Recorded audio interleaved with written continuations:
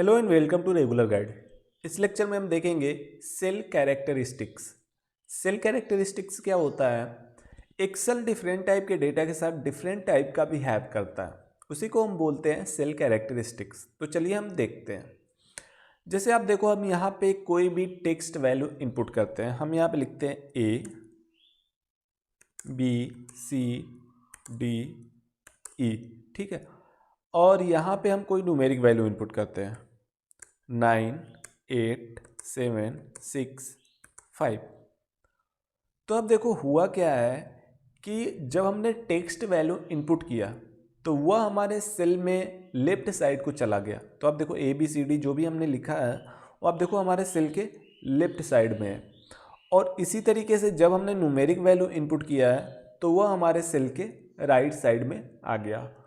बाद में हम इसको सेंटर में कर सकते हैं, लेफ्ट राइट कर सकते हैं, फॉर्मेटिंग इसकी हम चेंज कर सकते हैं। लेकिन बाय डिफ़ॉल्ट होता क्या है, एक्सेल सीट में कोई भी यदि हम टेक्स्ट वैल्यू इनपुट करते हैं तो वो हमारे सेल में लेफ्ट साइड को एडजस्ट हो जाते हैं। और यदि हम कोई न्यूमेरिक वैल्यू इनपुट करते हैं तो वह हमारे सेल में राइट साइड को एडजस्ट हो जाते हैं।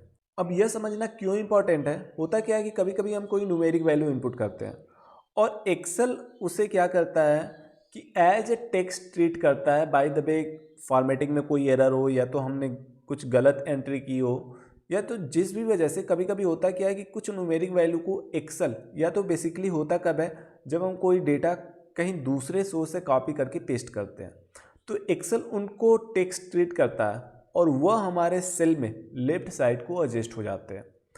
तो इस केस में होता क्या है कि हमें देखने में तो लगता है कि यह न्यूमेरिक वैल्यू है, लेकिन यदि वह न्यूमेरिक वैल्यू हमारे सेल में बाय डिफ़ॉल्ट हमारे सेल में लेफ्ट साइड को चला जा रहा है तो इसका मतलब एक्सेल उसे टेक्स्ट वैल्यू ट्रीट कर रहा है।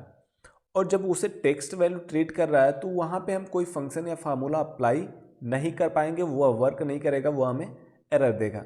तो इस वजह से जब भी हम कोई डेटा कॉपी या पेस्ट करते हैं, बेसिकली जब हम किसी दूसरे सोर्स से डेटा कॉपी करके हम एक्सेल में पेस्ट करते हैं तो इन बातों का हमें ध्यान देना चाहिए कि जो हमारा न्यूमेरिक वैल्यू है एक्सेल उसको न्यूमेरिक वैल्यू ट्रीट कर रहा है या टेक्स्ट वैल्यू ट्रीट कर रहा है। यदि टेक्स्ट वैल्यू ट्रीट कर रहा है तो वो हमारे सेल में लेफ्ट साइड को आ जाएंगे, जिससे हम समझ सकते हैं कि एक्सेल उन्हें टेक्स्ट वैल्यू ट्रीट कर रहा है। और इस केस में यदि टेक्स्ट वैल्यू ट्रीट कर रहा है तो उस केस में हम क्या करेंगे, फार्मूला अप्लाई वहाँ पे नहीं कर सकते क्योंकि एक्सेल उसे न्यूमेरिक वैल्यू ट्रीट ही नहीं कर रहा है। तो ये चीज़ें समझनी ज़्यादा ज़रूरी है।